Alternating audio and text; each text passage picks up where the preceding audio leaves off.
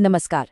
आज की इस चर्चा में हम एक ऐसे विषय का विश्लेषण करने जा रहे हैं जो सीधा लाखों परिवारों से जुड़ा है।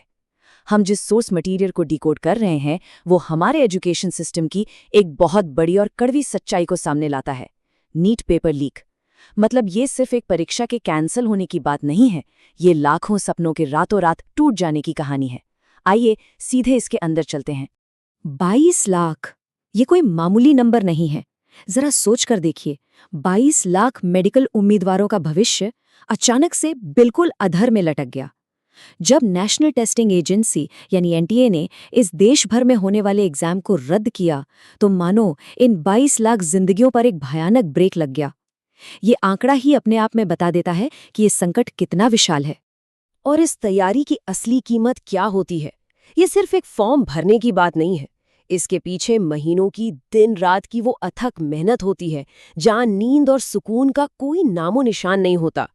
कई परिवारों ने तो अपने जीवन भर की गाड़ी कमाई, लाखों रुपए बस कोचिंग संस्थानों की फीस में लगा दिए होते हैं। सामाजिक जिंदगी पूरी तरह खत्म हो जाती है, जिसका सीधा और बहुत गहरा असर मानसिक स्वास्थ्य पर पड़ता है। यही वो भारी भरकम वित्तीय और भावनात्मक निवेश है जो इस हाई स्टेक्स एग्जाम पर दांव पर लगा होता है। और जब सिस्टम इस तरह फेल होता है ना, तो सबसे गहरी चोट इन्हीं परिवारों को लगती है। अब यहाँ एक बहुत बड़ा और सच कहूं तो डरावना विरोधाभास सामने आता है। एक तरफ वो रातों की नींद उड़ा देने वाली मेहनत है और दूसरी तरफ स्कैमर्स की बेशर्मी। सोर्स मटेरियल के मुताबिक केरल के एक मेडिकल छात्र के पिता जो राजस्थान के सीकर में रहते हैं, उनके पास एक व्हाट्सएप मैसेज आता है। और पता है उस एक मैसेज में क्या था? उसमें जो सवाल थे वो असली परीक्षा के 180 में से 135 सवालों से बिल्कुल मैच कर गए। मतलब एक कॉमा या फुल स्टॉप तक का अंतर नहीं था। ये सोचना भी सिहरन पैदा कर देता है कि कैसे सालों की उस खून पसीने की मेहनत को एक मामूली से व्हाट्सएप फॉरवर्ड ने हरा दिया। ये कोई छोटी मोटी चोरी या शौकिया काम बिल्कुल नहीं था। अगर हम इस पूरे ऑपरेशन की गहराई में जाएं, तो पता चलता है कि ये एक बेहद सोफिस्टिकेटेड और हाई लेवल साजिश थी। एक प्रॉपर गैंग ने इस पूरे ऑपरेशन को बहुत ही शातिर तरीके से अंजाम दिया था। इस पेपर का पूरा सफर और इसका जो आर्थिक लेन देन था वो किसी मल्टीनेशनल कंपनी की सप्लाई चेन की तरह काम कर रहा था। दावों के अनुसार ये पेपर सबसे पहले नासिक की एक प्रिंटिंग प्रेस से चुराया गया। वहां इसे एक छात्र ने करीब 1 लाख रुपए में खरीदा। फिर 26 अप्रैल को गुड़गांव के एक डॉक्टर ने इसे राजस्थान के बिवाल भाइयों को 30 लाख रुपए में बेच दिया। सोचिए 30 लाख। वहां से 29 अप्रैल को सीकर के एक एजेंट तक ये 5 लाख रुपए में पहुंचा। और अंत में 2 मई आते आते यही पेपर आम छात्रों को 50,000 रुपए में व्हाट्सएप के जरिए बांट दिया गया। अब इस पूरे खेल में जो बात सबसे ज्यादा हैरान करती है वो है शैडो सर्वर का इस्तेमाल। इस चोरी को छुपाने के लिए किसी आम मोबाइल फोन से फोटो नहीं खींची गई थी। इसके बजाय एक हाई डेफिनेशन पोर्टेबल स्कैनर का इस्तेमाल हुआ। और किसी भी तरह की डिजिटल पकड़ से बचने के लिए नासिक के बाहरी इलाके में एक अनधिकृत और पूरी तरह से गुप्त शैडो सर्वर सेटअप किया गया था। मकसद साफ था, डेटा ट्रांसफर को बिना किसी मॉनिटरिंग सिस्टम की नजर में आए बिल्कुल सीक्रेट तरीके से करना।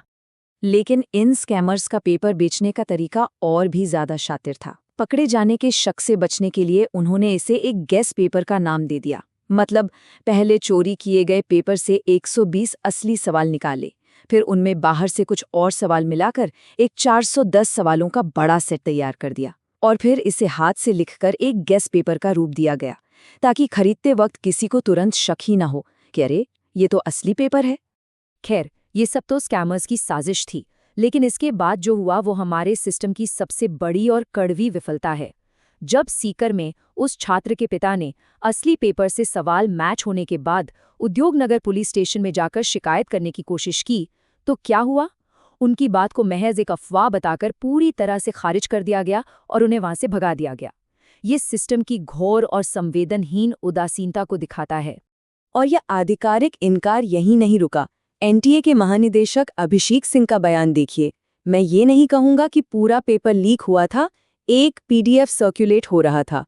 मतलब जब 180 में से 135 सवाल हूबहू मिल रहे हैं, फिर भी इसे पूरा लीक मानने से इनकार किया जा रहा है। इसके साथ ही महाराष्ट्र और राजस्थान के अधिकारी बस एक दूसरे पर जिम्मेदारी थोपते रहे। ये राज्यों का आपसी ब्लेम गेम उन मासूम छात्रों के भविष्य के साथ एक बेहद भद्दा मजाक था। अब इस विश्लेषण में हम जांच के एक और अहम पहलू पर आते हैं, जो है राजनीतिक संबंधों के दावे। सोर्स मटेरियल में राजस्थान में इस पेपर के मुख्य वितरकों के बारे में कुछ बहुत ही गंभीर दावे किए गए हैं। देखिए, हम यहाँ किसी भी पार्टी का ना तो समर्थन कर रहे हैं और ना ही निंदा। हम निष्पक्ष रूप से केवल उन तथ्यों को सामने रख रहे हैं जो सोर्स डेटा की जांच में निकल कर आए हैं। आरोपी बिवाल भाइयों दिनेश और मांगीलाल के बैकग्राउंड पर नजर डालें तो सोर्स के अनुसार कई चौंकाने वाली बातें सामने आती हैं। बताया गया है कि दिनेश बिवाल कथित तौर पर बीजेपी यूथ विंग के सदस्य हैं। सोशल मीडिया पर उनकी तस्वीरें राजस्थान के शिक्षा मंत्री के साथ देखी गई और उन्हें एक स्थानीय उम्मीदवार के लिए वोट मांगते हुए भी कैमरे पर रिकॉर्ड किया गया। पर जो दावा सबसे ज्यादा चौंकाता है वो ये कि इन भाइयों को कथित तौर पर 1 महीने पहले ही इस लीक की जानकारी थी और पिछले ही साल इसी परिवार के 4 सदस्यों ने नीट परीक्षा सफलतापूर्वक पास भी की थी। ये सभी बातें सोर्स रिपोर्ट में जांच का विषय बताई गई हैं। सिस्टम की इस पूरी विफलता और इन तमाम राजनीतिक आरोप प्रत्यारोपों के बीच अगर कोई सबसे ज्यादा पिसता है तो वो है एक निर्दोष छात्र। इस विश्लेषण का असली मकसद ही उस भारी और सच कहें तो दिल तोड़ देने वाली वास्तविकता को समझना है, जिसका सामना लाखों बेगुनाह उम्मीदवार कर रहे हैं। इन छात्रों ने अपना कीमती समय ही नहीं दिया, बल्कि कई परिवारों ने कर्ज लेकर अपनी छोटी मोटी जमीनें तक गिरवी रखकर बच्चों को इस मुकाम तक पहुंचाया था। तो आखिर सिस्टम की इस विफलता की असली भावनात्मक और आर्थिक कीमत कौन चुकाता है? वो मानसिक पीड़ा सच में अकल्पनीय है। कई छात्रों ने तो परीक्षा खत्म होने के बाद राहत की सांस लेते हुए अपने स्टडी नोट्स तक बेच दिए थे। उन्होंने मानसिक रूप से खुद को एक ब्रेक के लिए तैयार कर लिया था और फिर अचानक एक झटके में उन्हें पता चलता है कि ये पूरी प्रक्रिया रद्द हो गई है। अब उन्हें फिर से महीनों की उसी दर्दनाक तैयारी, उसी तनाव और रीटेस्ट से गुजरना होगा। इस भावनात्मक टूटन और आर्थिक नुकसान की भरपाई शायद ही कभी हो पाए। और सबसे बुरी बात यह है कि ये एक निष्क्रियता का एक चक्र बन गया है, कोई एक बार की घटना नहीं है। 2024 में भी नीट परीक्षा में ऐसी ही अजीबोगरीब गड़बड़ियां सामने आई थी। बिना किसी स्पष्टीकरण के ग्रेस मार्क्स बांट दिए गए, जिससे 67 छात्रों को 720 में से पूरे 720 अंक मिल गए। उसके बाद भारी विरोध प्रदर्शन हुए, सीबीआई जांच तक बैठी, लेकिन कोई ठोस ढांचागत सुधार नहीं हुआ। एनटीए बिना किसी सख्त जवाबदेही के अपना काम कर रहा है और छात्र वो पूरी तरह से ठगे हुए और असहाय महसूस करने को मजबूर हैं। इस पूरी अनिश्चित और अक्सर अनुचित सी लगने वाली स्थिति में ये समझना बहुत जरूरी हो जाता है कि आखिर आगे कैसे बढ़ा जाए। हमारा सोर्स मटेरियल हमें केवल समस्या गिनाकर नहीं छोड़ देता, बल्कि भविष्य को सुरक्षित करने का एक वैकल्पिक और प्रैक्टिकल रास्ता भी सुझाता है। तो चलिए इस दिशा में कुछ बहुत ही जरूरी और व्यावहारिक कदमों पर बात करते हैं। इसका पहला और सबसे जरूरी कदम ये स्वीकार करना है कि कोई भी एक परीक्षा किसी के पूरे जीवन को परिभाषित नहीं कर सकती। पूरी तरह से एक ऐसे सिस्टम के भरोसे बैठे रहना जिसमें इतनी सारी खामियां हों, वो बहुत खतरनाक साबित हो सकता है। इसलिए एक बैकअप योजना, मतलब प्लान बी और प्लान सी तैयार रखना आज के समय की सबसे बड़ी जरूरत बन गया है।